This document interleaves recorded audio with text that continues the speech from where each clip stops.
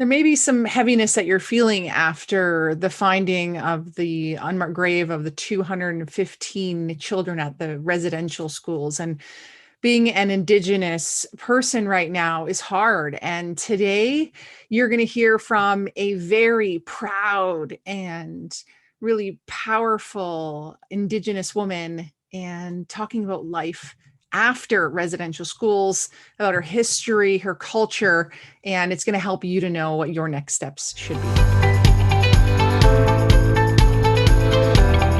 You're listening to the Dynamic Women podcast. Each week, you'll be inspired by our global community of women. They'll share with you tools and stories to help you be dynamic in every area of life. Here's your host, award-winning coach, and the CEO and founder of Dynamic Women, Diane Ralston.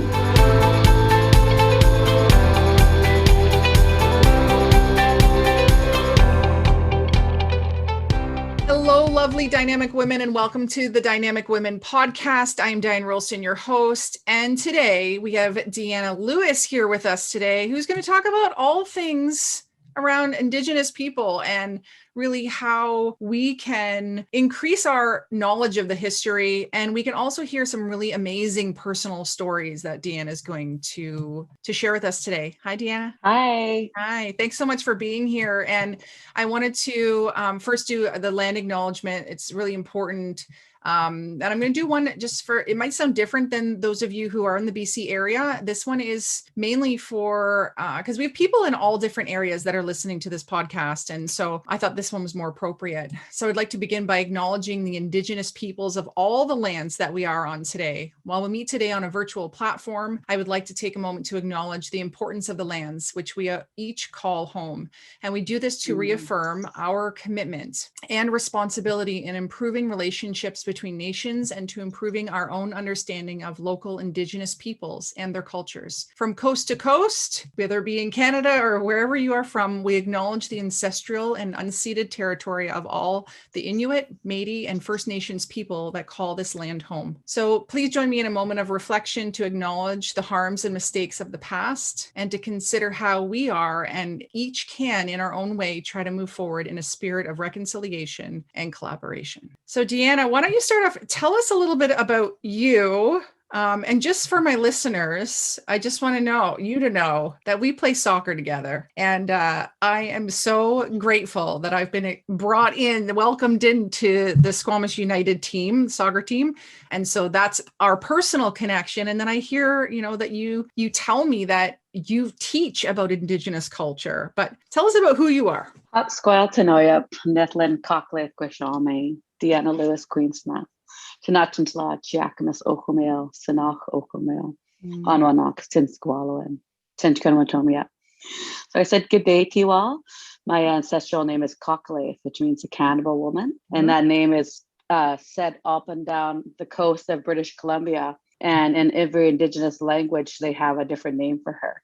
So when I say I'm Cockle, they know that I'm Squamish. And so it's really, our names are describing of your places that you live in your surroundings. And so I live up in the mountains. I'm a bigger woman, I actually got the name because I had bigger muscles than all the guys up in my canoe club. So I earned that name. Wow. And but my English name's Deanna Lewis, and I come from the Chiaquamis village up here in the Squamish Valley. It's the farthest village that our people still reside in today. Oh wow! And towards Whistler, and then also I also mentioned that I'm from Sanach because Sanach is Kitsilano. That's where my grandfather, my great grandparents, they were all born there. And so in the 1913, they were actually removed from those lands. Said we leased our lands for 100 years for $100 a year. So this is all about some of that history of our people. And so that was our winter home, Sanach, and Chiaquamish was our summer homes. And because in Vancouver, in Kamkamlai, they had milder winters there. And so that's why we were there. Yeah. So I always mention the two because those where we lived half the year at a time. Oh, Yeah. I didn't know that that was a thing. Wow. Yeah. Mhm.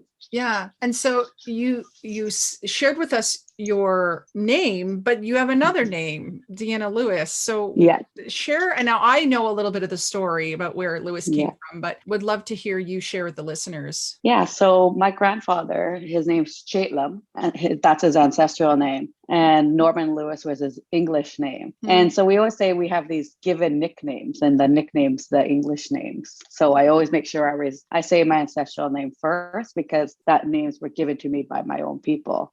Yeah. A crazy story was my grandfather, he was born in 1920, and they had Indian agents that lived on in their villages, and they could say when you could leave. You know, you have to have a permit to leave your reserves, and you weren't allowed to leave the reserve for over 4 years, or you could lose your status. And status was important because they would tell you know, they help pay for our health care, our education, and things like that. And still today, but you'd have to have written permission to leave. And my grandfather actually went to war and stuff as well, and he was lucky enough that he had to get sent home from war because his unit got TB, and it was almost at the 4-year mark, but he got sent home, and so he never lost his status, which was really important for my family. But going back, and these are all laws of the Indian Act, so there was laws of these land laws about these permits to leave the reserve, woman status laws, and there was laws to go to residential school. Well, my grandpa, his first language was Squamish,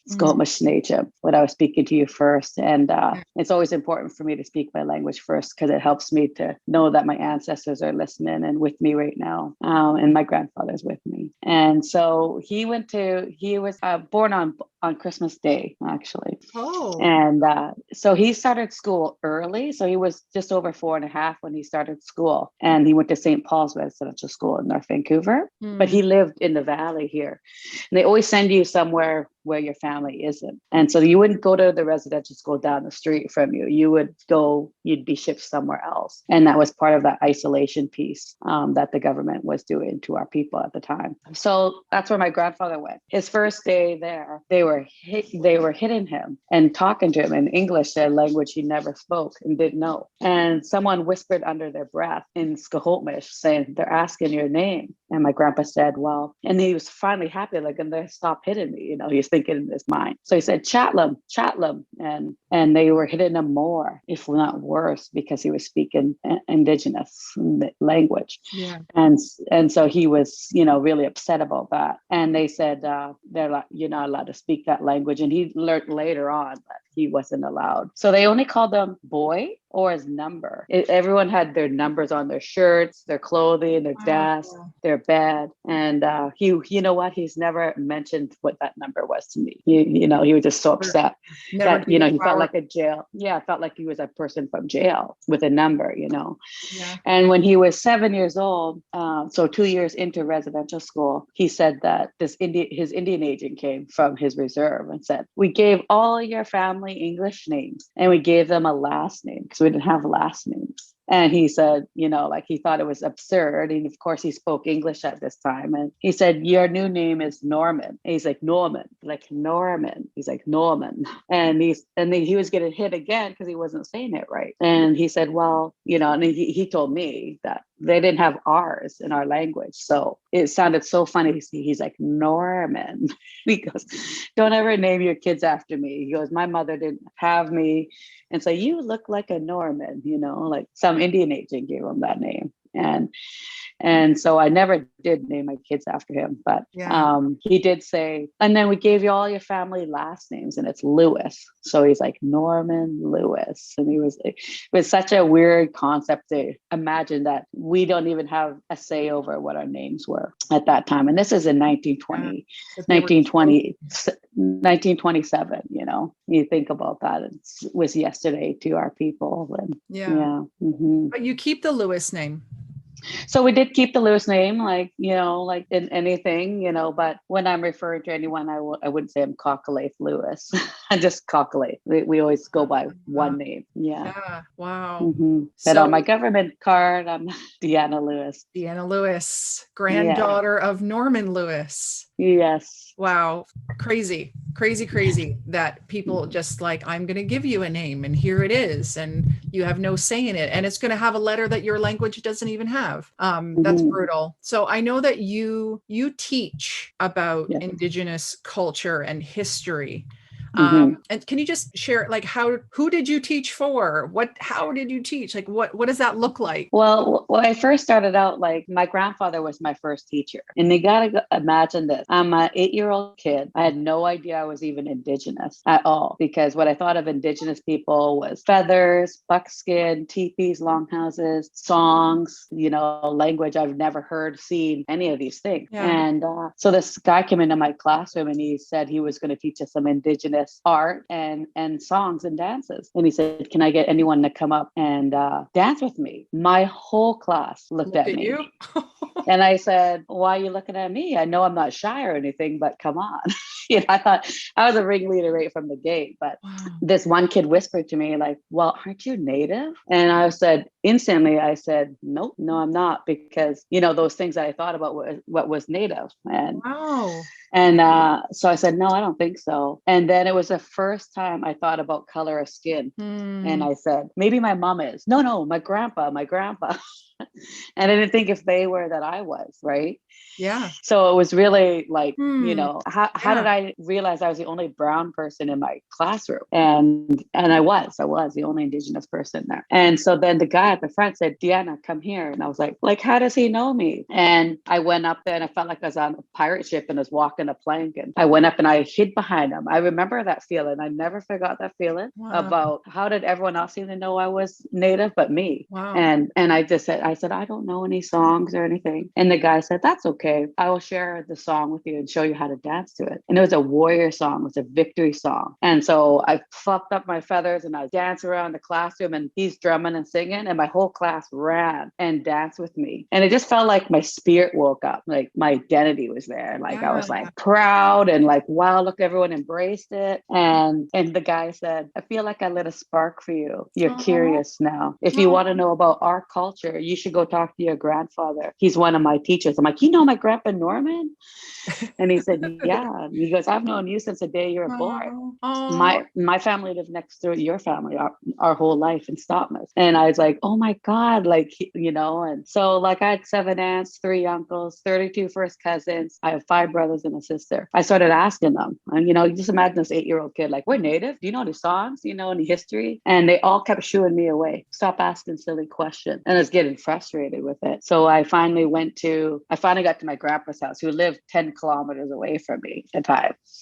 And I went running up to him. And then again, I felt silly again. And I said, I go, Grandpa, we're Native? He goes, you're Stomo. I go, Stomo? He goes, you're a human being. We don't have any other word for any other nationality or race. We're the 2-legged. We bleed the same. We breathe the same. We're Stomo. I go, Stomo, is that Squamish language? He said, that's xwumixw. And I said, you speak the language? And he goes, of course I do. Before I went to school, that was the only language I ever knew. That's my first language. Yeah. I'm like, wow. I go, well, this guy came into my class. He said, who's that? And I said, Rick Harry. He goes, Halakton. He would only say him by his native name, Halakton. Wow. And he's one of our most renowned xwumixw artists to this day, Rick Harry, Halakton. And he lives in Capilano, Homolchison Reserve right now. And so I said, well, I don't ever want to feel like this again. So I want you to only speak xwumixw to me. And my grandpa's like, wow. Like, well, okay, little 8-year-old. Yeah. And it started this beautiful relationship with my grandfather. So from the time I was 8 to 13, he only spoke xwumixw to me. And I was like guessing, stomp, time, like, what's that? I'm looking at everything. And I was his little pupil. And, so straight from the gate, I always learned about my culture. He said, there's only so much I can teach you. You need to go find the medicine people. You need to go find our canoers, our canoe journey people, and learn about all our ties of how our people are connected. And so I started doing all that. So all my work I've ever done in my life, it was always in the culture. I was always an ambassador. Even when I played soccer professionally all over the world, I was singing our Coast Salish national anthem everywhere. Like I'd be in Germany, Brazil, and they did, and it was amazing. And then my grandfather passed away when I was 24. And I said, who's going to teach now? Who's going to share this? Like, I can't be the only one, because I realized I was the only one in my family. And one of the rare few in our whole community that knew our language, knew our culture and identity. And so I felt this big burden on my shoulders. And so I started working in the schools, and I'm a tour guide for years already. I trained all the staff at the culture center in Whistler, and people are like, you're a guide here, like interpreter guide. Like, I'm like, well, I'm the head lead. I train all the staff here about our culture and language and all the exhibits here. And they're like, no, you should be doing seminars or teaching in the schools. This guy said from the state, like just some average Joe.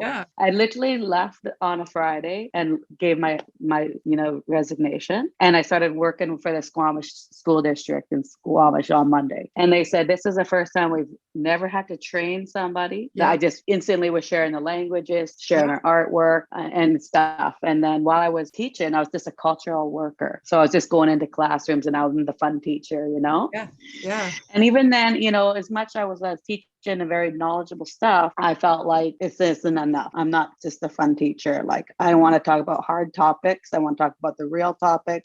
I want to tell you why I'm in your classroom teaching to you right now. And so I went to school and I got my teaching degree. And now I'm a full certified teacher, and I teach grade 8, 9 at Don Ross Middle School. I write all the curriculum. Even to this day, they use my curriculum. And I literally wrote the curriculum myself. Like, it was quite amazing. So we have a whole language component. We have a whole pre-contact and contact and present day presentation. And then one of the really cool things is I taught my students in my grade 8, 9 class, and they taught their peers in their social studies classes. So it's peer on peer teaching. And this is some of the topics that we talk about right now is about, the Indian Act and what was our governance was like before contact. And, we had a whole structure of who we were, and without one person, everything falls apart. Like, it's so important. Like, you miss school today, it's only the child that is held back. They have to work harder. Whereas in our culture, like you are an apprentice to your granny, and you don't go that day. Granny doesn't do her weaving, everything just falls apart. Right. And so everyone has a purpose, and that's missing in today's society. And we're getting back to that in a sense with outdoor based learning in the schools. And my little girl, Qualeus, which means rainflower, that's my daughter's first name. We made sure it was in Squamish. She's the only Qualeus in the whole wide world. And she goes to an outdoor based learning school. It's called alilh-Deanna. It's a cultural journey school. And more than half their day they're outside learning. So they learn their math, science, everything outside. And even when she was in kindergarten, she said, she came home and she said, Mom, there was a dead deer at our school. She's like, it's okay. We use every part of the deer. We use the stomach wall for our drying our herbs and carrying water. She goes, we use the hide to make drums and clothing. And she's like, we even use a hose for our tools and our sounds to make our rattle. And she goes, it was a white-tailed deer. It was from Montana, It's like, and it was just like, this 5-year-old coming home with this huge knowledge of all the teachings of everything we use the deer for. And, she came home this year from those same things, that the teachings that go on each year. She came home now with a drum that she's skinned the hide with. Wow. And it's every year they learn more stuff, and it's just amazing. And she'll come home, oh, I weave like you now. Oh, I speak like you now. And she'll speak in Squamish. And it's really amazing. Like the full circle that, we have come, just in my lifetime. But at the same time, there's always those hardships. Like when we heard about the 215 children, in Indian country, I say Indian country because I'm Indian in my high. I can say that, but not anyone else can say that. And, let's say a good friend of mine. But in Indian country, we say this was known to us. We have always heard these stories of the children that never came home. We do a blanket ceremony where we talk about, you put yourself in the shoes of an Indigenous child or community, and see how our villages had no children, that the Indian agents came in and took the children. Soon as, oh, you look 5, you're coming with us. And you'd see how it devastated a whole community having no children there. If you were holding a potlatch, you could go to jail for hosting a potlatch. And that was our governance. And having all your possessions taken from you, your hair, hair, your clothing, and you really get put in the shoes of an Indigenous person, and how, the children would go away to school, and you're talking, a whole school system. Like some kids never got to go home in their summers or anything. And my grandpa, he was only allowed to go home 2 times a year, once on your birthday and once for Christmas. They didn't have summers. They had to stay there all year round. And my grandpa said, so I only got to go home once a year because his birthday was on Christmas Day. So he was, and I said, well, at least on your birthday, everyone was at your birthday.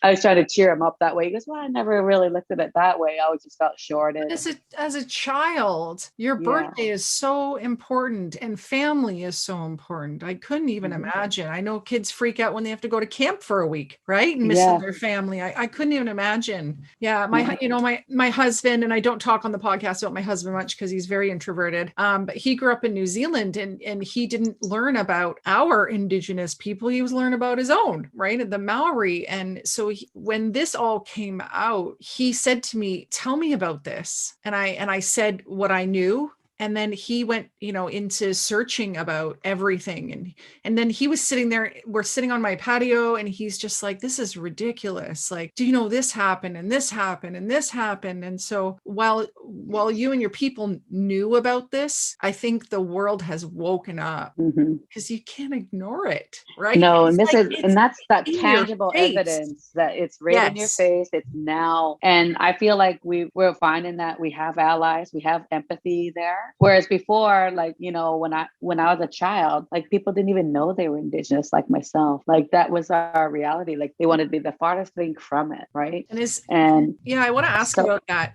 So what kind of stopped you from knowing your culture and so my grandfather told me that he didn't want us to go through what he went through, so that's why he never taught his kids. He never let them go to residential school though either. But my mother said, just the normal school here in Squamish that they went to, it was full of racism. Even when I was a child, like I'd be called a Navajo, and I'd be fighting with somebody because they called me a Navajo, and I'm not a Navajo.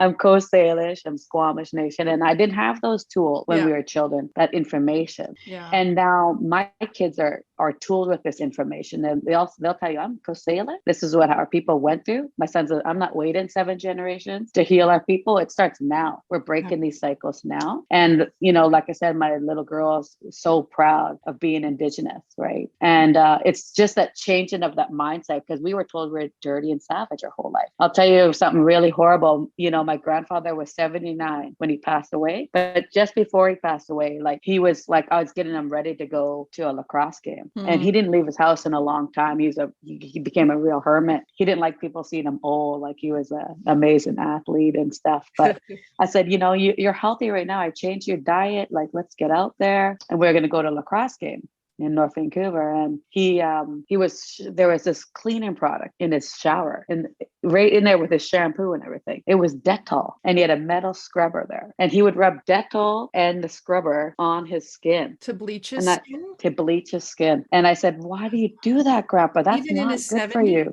79 years old. And he said, I'm going to go to hell because of the color of my skin. And I said, you're not going to hell, Grandpa. I said, you're going to the native burial grounds. You don't need this. And I threw it away, and I was so broken, right? And the next day, he had another bottle of Dettol. He got his home care worker to bring him another bottle. It was in his so brain. Ingrained in him. Wow. So you could imagine how he felt, like being told every day as a child that, you're going to hell for the color of your skin, or if you speak in your language or sharing your culture. And I know that had to be for a lot of people, but there was lots of, there was people, amazing survivors that, they could teach what they knew. Some didn't know their language, but they knew lots of our traditional work, like weaving and carving and stuff like that, or fishing rights. And they were amazing in their own right. But they had a piece of that puzzle. And that's why my grandpa said, you got to go find all those puzzle pieces everywhere. Everyone has their gifts too. So you got to hone in on other people's gifts and learn about it. And so he taught me that. And it was like a really hard thing. And that's why I knew, like, my grandpa, he talked about government officials or teachers or anything. I said, my mom doesn't even come to my school, like I'm in the play, my mom would never come. And I just thought she doesn't like me, or she doesn't care. care, and everyone else's parents are there, and I didn't have anyone. I might invite one of my older cousins to be like that adult figure for me. They'd come on my class trips and stuff, but my mom wouldn't. And it was because she didn't like authority figures. She was treated badly growing up. So that system, that cycle continues, right? And now I smother my kids. I'm in their school. I'm everywhere with them. I coach them in soccer. I know what their every move is. And it's just like, it's great. And my eldest daughter and I have the most amazing relationship. She does a lot of the medicinal plant walks with me. And, oh, cool. And so it's carrying on. And it's just amazing to know that where we've come. I still always say I'm doing the best that I can with what was dealt to me. My mom was the meanest person I knew growing up, and she just celebrated her 30-year sobriety last week. That's amazing.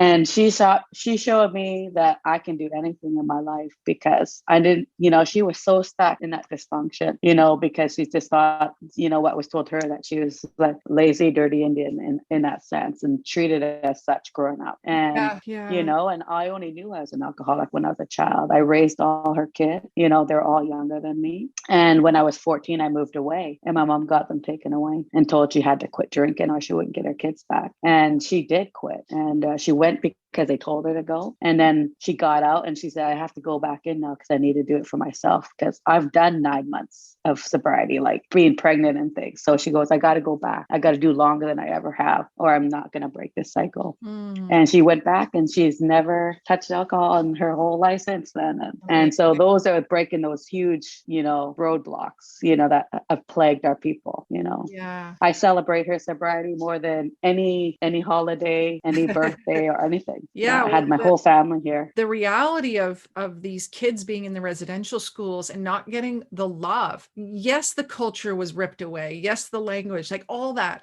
And the love of a parent and the love of a community. So to have this whole multiple generations there who didn't know what it felt like to be loved by your family, to have that care and concern, and to have the complete opposite where you can't trust adults because they can do horrible things to you, was there a lot of their experiences. So I'm just imagining how hard it was for Norman to have kids and to parent when he didn't get that feeling for so many years. He thought what parenting was providing food and shelter. There was no affection piece. There was no time with the children. Like he was just always obligation. Working, Yeah, that was it. It was just like go time, hard life. We got to do this. We got to do that. And he said he had to learn to be a parent and learn how to love as an elder. Yeah. And he said, when you have your children, he said, hold them, put them on your lap and hold them. Don't stand up when you're, disciplining them and talking to them and you have to be hard on them. He said, you go down to their level. They're going to think you're a monster if you stand over them.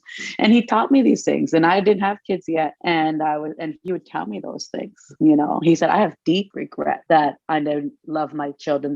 That they felt like I didn't love them. And my mom to this day, I don't think I've told her that he said those things, but I know she wished she heard them from him. Yeah. Because even still that affection piece wasn't there. Like, it's still awkward even when I hug my mom. And I gotta say she loves me. I'm like, I love you. She's like, love you too. And I'm like, yes, she said it, This is when I was a teenager. Great. And now it's like, we hug and everything now, but it's like, we had to learn this. I think that's a basic thing that you would be born with. I was a teenager the first time I heard she loved me. Oh. So that was tough. Yeah. But it sounds like that spark that was ignited by that elder when you were 8. Yeah. That you now get to do that for other kids and your daughter. And our children are growing up to be so proud. Yes. And it's just, you're equipping them with the tools of who they are and where they come from. And this, I say, and I always believe in health and wellness. And I can tell you this from experience that,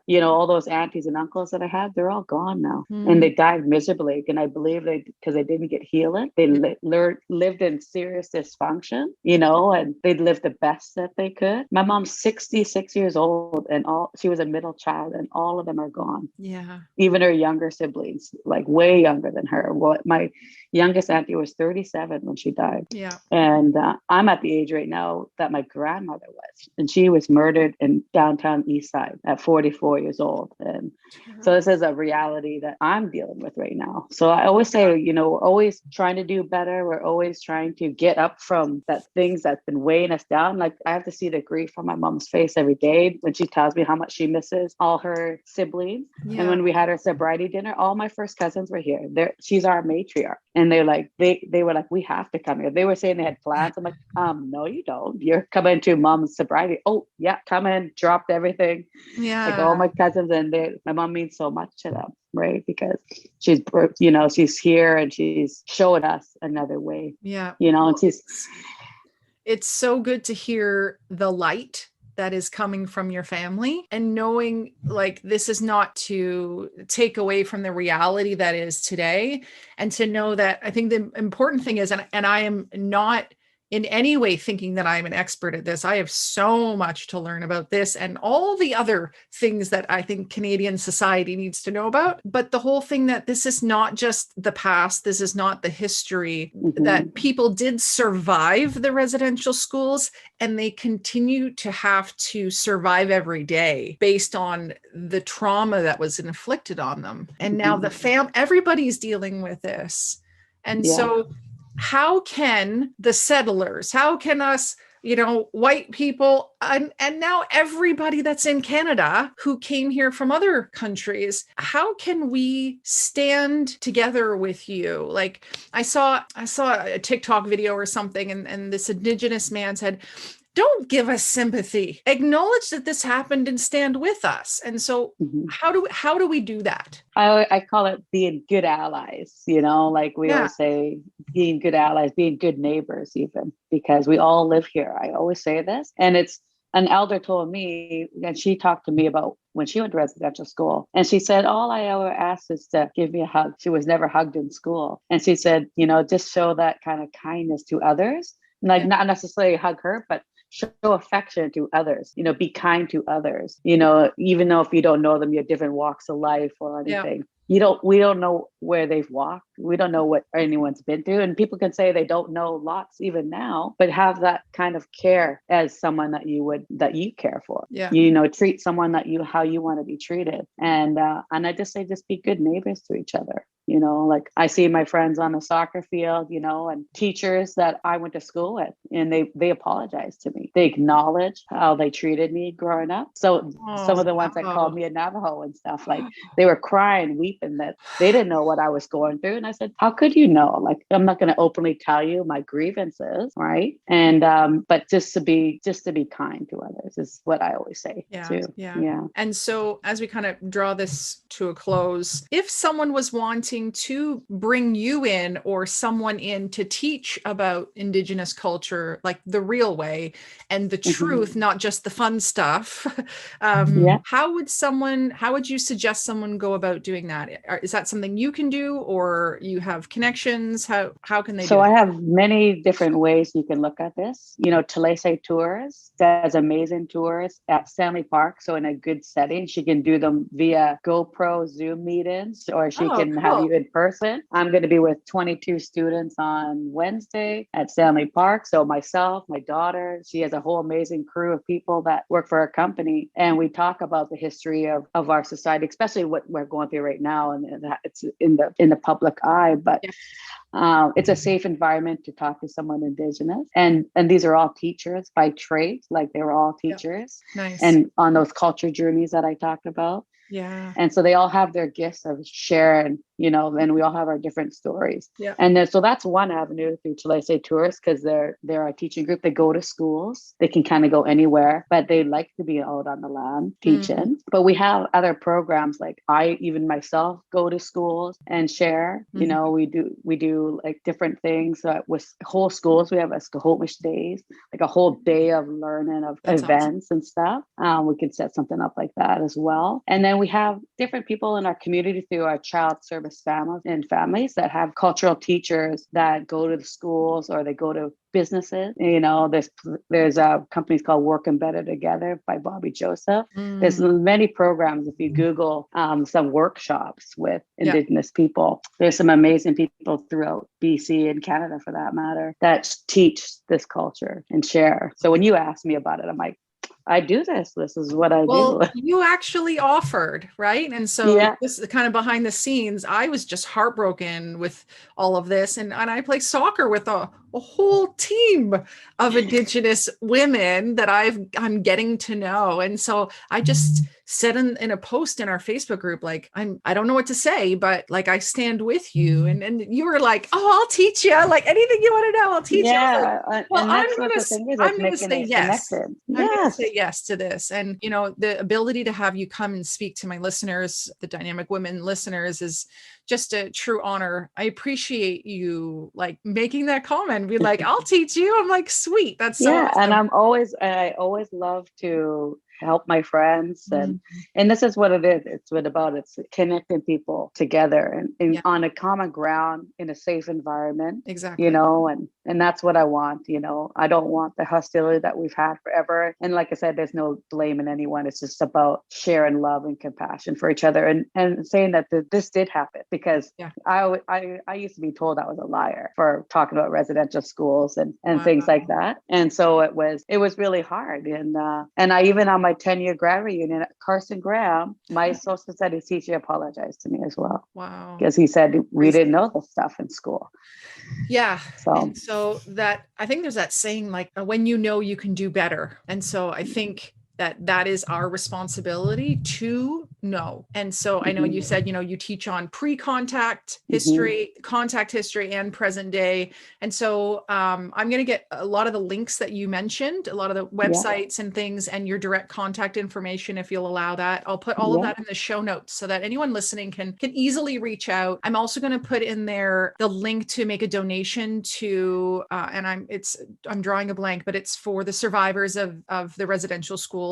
I'll put the website in there so that you can make a donation if that's something, if this is to listeners, if that's something that you would like to do. And, you know, there's little things in your community. I'm sure I noticed that there's another girl on our soccer team. I know her as Brooke. Do you know her Indigenous name? Yes, I know. I can't say it. I can't say it. I have to see it, and I know how to say it. Okay. But anyway, and she's making beautiful earrings that have 215 beads in them. And so I encourage those listening that if you do want to make a donation or, you know, support a local artist, and it really just supports the culture as well as educates yourself on what's going on, and it can create that connection to the culture that maybe, or to the person who is keeping alive this culture.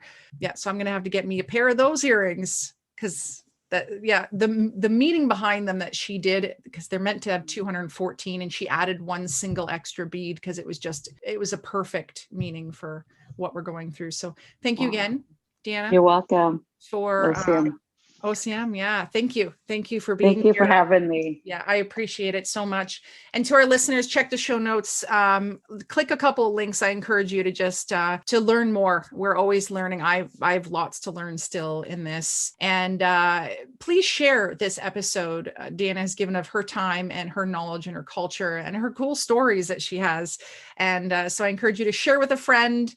Share on your social media platforms so that we can just continue to bring more awareness and knowledge. And now what I've taken away from this is the spark and the pride in this culture. And I love to hear that is alive in the younger generation. And congrats on being one of the ambassadors of that. Thank you. Yeah. Okay, everyone, until next time, stay dynamic. Bye. Thank you, Dynamic Women, for joining us today. Please hop on over to iTunes to subscribe and leave us a review. Who do you know who needs to hear our message? We'd love it if you'd share our channel with your friends and family. If you're ready to be more dynamic, have more balance and more success, head over to www.dynamicwomenclub.com/free gift for your Key to Success book. Stay dynamic.